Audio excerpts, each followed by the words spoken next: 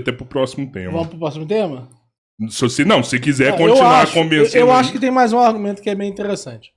Eu só queria esclarecer. Eu acho que todos os seus argumentos foram extremamente válidos. Eu acho, inclusive, que você já convenceu a André e ela tá te pirraçando. Umas 2 vezes eu vi assim, ela tava fazendo assim. Não, o Miorinho, ele é inteligente pra caralho. Isso aí é inegável, velho. É inegável. E ele vai... Manda aí. Mas eu acho que tem mais um argumento que é bem interessante. A necessidade, ela flui de cima para baixo. Isso significa que, do ponto de vista da organização social, existem motivos pelos quais preconceito, a diferença entre as pessoas social precisa ser ultrapassado. Então, um exemplo muito simples. Digamos que eu sou uma pessoa que eu quero ter os melhores inventores possíveis, as pessoas mais capazes possível para uma questão matemática. Ou eu quero os melhores atores possíveis. Eu quero as pessoas mais capazes de fazer uma pasta. Eu, como dono de uma grande empresa, eu tenho motivos para aceitar pessoas de qualquer círculo social. Eu tenho motivos para aceitar pessoas de qualquer etnia. Eu tenho motivos para aceitar pessoas de qualquer gênero. Eu tenho motivos para ser cego a essas questões, inclusive procurar entre essas pessoas. É por isso, por exemplo, que lá nos Estados Unidos é baseado no sistema de bolsas, né? Aqui no Brasil é baseado no sistema de peneiras. A gente tem peneiras que procuram jovens jogadores excelentes de futebol entre todas as classes sociais. Então, por quê? Porque a necessidade vem de cima para baixo. A necessidade quer olhar para aquele jovem, o futebol quer olhar para aquele jovem e dizer, não interessa se você é extremamente pobre, se você vivia com um ovo por dia, você joga a bola bem, esquece. Eu quero você. Então o que acontece? Como a necessidade vem de cima para baixo, se nós implementamos essa cultura generalizada, como é no caso dos Estados Unidos, nós temos motivos para essas bolsas acontecerem, inclusive a níveis mais baixos, do primário, e catar o talento, refinar o talento. Então seria, numa sociedade verdadeiramente livre do ponto de vista econômico, nós temos motivos para encontrar talentos entre todas as esferas sociais e entre todos os tipos. Então, não só no esporte do futebol, mas em outros esportes. E não apenas no futebol, mas em coisas, por exemplo, relacionadas à arte, em coisas relacionadas à matemática. Por quê? Porque a necessidade é soberana, de cima para baixo. E ali há muito dinheiro. E ali há, efetivamente, os meios para a capilaridade social. É lógico que aí você vai me dizer, não. Mas o problema é que a economia não se desenvolveu o suficiente para a maior parte das... Por exemplo, para a gente se perguntar, no conjunto de rapazes que está na Rocinha, quem ali seria bom de matemática. Talvez eu precise de, 20 gênios de matemática que estão ali. Mas como eu não tenho uma economia desenvolvida o suficiente para isso, eu não tenho motivos para fazer uma peneira com eles.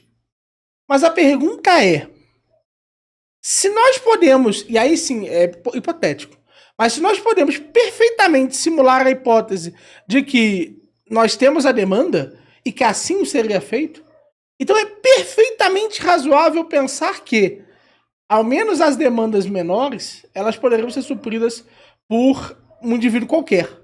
Então um indivíduo qualquer poderia absorver essas demandas e, como são muitas coisas na sociedade, todos poderiam. Esse é um argumento de Open Deepness que eu acho que ele é intuitivo.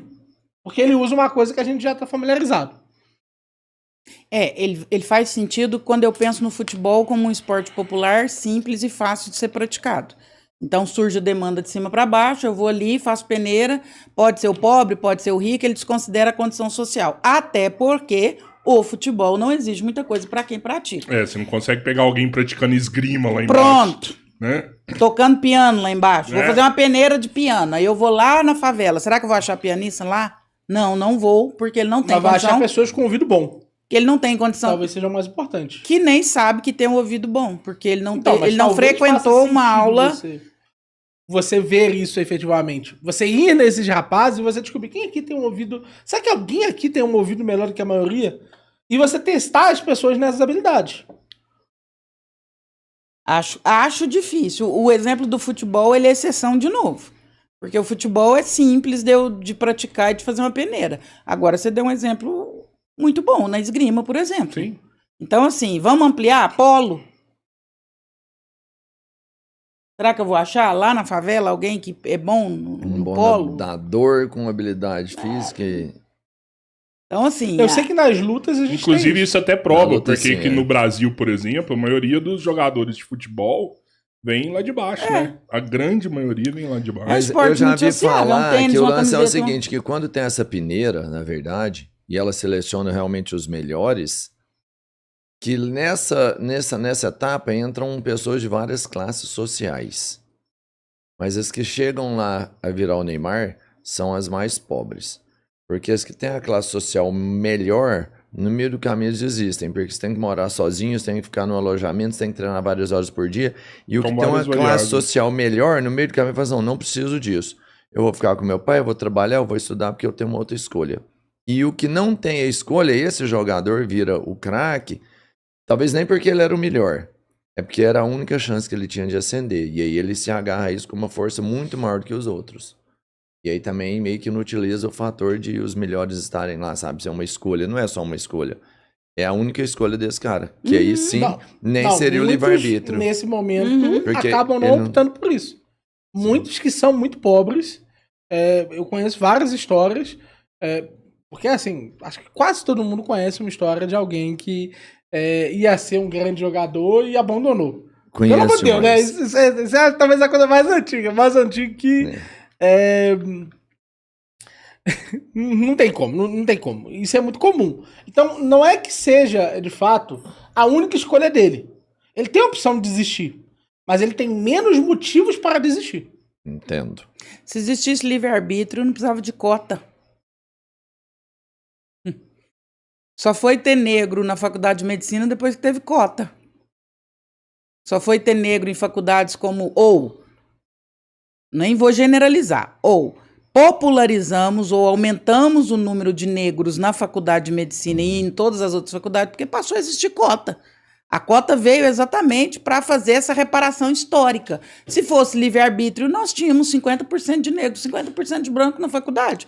Todos partiram de um mesmo lugar, não são determinados socialmente, não são determinados geneticamente, não são determinados culturalmente, então todos têm as mesmas condições, todos deveriam estar lá. Por que tem cota? Não, mas calma aí. Primeiro que é importante diferenciar isso, tá, gente? Não sermos determinados pelas condições... Ou seja, as condições não determinarem se nós chegaremos lá mais facilmente ou mais dificilmente, não significa que as condições materiais sejam as mesmas. Senão eu tô ficando maluco. Eu tô dizendo que um cara não tá mais rico, outro cara não tá mais pobre. E isso eu concordo que há uma diferença expressiva. A diferença é que um ser mais rico e o outro ser mais pobre não é o suficiente para decretar onde ele estará. Agora a questão da cota. Eu acho que eu tenho uma resposta excelente para isso. Qual que, para mim, é a melhor resposta possível? Minha avó foi a primeira enfermeira negra no Rio Grande do Sul. Primeira enfermeira negra. Negra e indígena. Minha avó morou até os poucos anos de vida dela, os primeiros anos de vida dela, numa tribo indígena. Como que ela conseguiu sair dali sem cota? Ela é exceção. Porque não, mas veja, porque existe uma exceção que o que você colocou não é uma regra. A cota existe, veja só, para reparar principalmente um conjunto de vezes em que nós tivemos regras do ponto de vista do Estado diferentes. Eu sou muito a favor da noção da Bolsa. A Bolsa eu sou muito, muito a favor. Por quê? Porque o que é a noção da Bolsa? É um conjunto de pessoas que diz, eu quero implementar uma regra minha para como as pessoas vão conseguir alcançar esse determinado resultado. E nos Estados Unidos, elas são generalizadas hoje. Quase tudo na vida você consegue através das bolsas. E por que eu acho importante elas serem generalizadas? Porque aí o indivíduo pode gostar das coisas, mesmo que ele seja uma pessoa muito mais pobre do que as pessoas ao redor. Ele pode ter um gosto por uma coisa, ele pode se interessar um pouco mais nessa coisa do que a outra pessoa. E ali em 100 horas, 200 horas de interesse naquela coisa, já é o suficiente, mesmo que seja numa realidade extremamente caótica, mas já é o suficiente para ele ser mais capaz do que outro indivíduo que poderia tentar aquela mesma coisa naquele mesmo período. Então um jovem de 8 anos pode, agora, na favela, se dar conta de que gosta muito de basquete, dedicar 200 horas ali, e no ano seguinte ele entra num colégio por causa disso. Um colégio que seria pago. Então, eu acho que no fato de nós não termos isso no Brasil, reduz muito o potencial de poder de escolha total do sujeito. Porque faz com que nós sejamos muito dependentes da voluntariedade das pessoas ativamente. As pessoas... Alguém olhar pra mim, pô, esse moleque é bom no basquete. Enquanto é o contrário. Aquelas coisas já estão prontas, já estão me esperando ali. Quantas mulheres da tribo da sua avó, negras e indígenas, fizeram faculdade de enfermagem? 0. Ela. Pronto, você me respondeu. Mas por que ela fez e as outras não? Mas ela teve que se esforçar muito mais. Mas a pergunta... Ela contrariou o ambiente. Isso. Você já respondeu. Mas a pergunta é clara pra mim. Por que ela consegue contrariar o ambiente? Ainda com esse... Não, mas eu não estou desconsiderando que vai acontecer, não. Só que o esforço é muito maior. Ela contrariou todo o determinismo dela. Determinismo local, geográfico, racial, biológico, cultural. Ela foi, mas ela foi quase praticamente sozinha, porque ela teve que contrariar tudo isso. Quantas pessoas tiveram a força de contrariar isso? Quase nenhuma, praticamente só ela. Provou o determinismo aí. E Mega Sena, né? Ué. Não, Mega Sena não. Mega Sena. Não. Isso não é nem próximo da Mega Sena. Por que não é nem próximo da Mega Sena? Porque partiu das escolhas dela. Exato, 100%. A gente pode ir Não, ele fala de Mega Sena no sentido assim, é 1 em 1 milhão que acerta. É 1 em 1 milhão que sai. Não, mas quantos tomaram o mesmo padrão de decisão e avançaram? Vários. Você acabou de falar que foi só ela. Não, no caso dela em específico só. Mas a gente tem vários e Mas vários se fosse livre-arbítrio, que... todas as mulheres da tribo teriam sido. Não. Elas são livres, uai. Não. Até mesmo para continuar naquela situação. Elas são livres para cederem para todas as influências, porque é muito mais fácil. Como que você é livre para você continuar na situação? Você é livre para continuar na Faria Lima? Você acha que ele está escolhendo estar ali? Ele é livre para estar ali. É só para pensar. Se as influências elas levam ele a continuar na Faria Lima, então se ele não fizer nada errado, ele vai continuar na Faria Lima, não é isso? Então ele está escolhendo estar ali. Porque pela ótica do livre-arbítrio, ele está na Faria Lima porque ele escolheu. Ele está escolhendo e ele continua escolhendo todo dia. Exato. A gente nunca sabe quando a gente está escolhendo continuar ou não. Você sabe qual decisão faz com que você continue tendo seu padrão de propriedade aqui? Não. Mas você continua escolhendo, não é? Mas aí sua fala ela é extremamente complexa.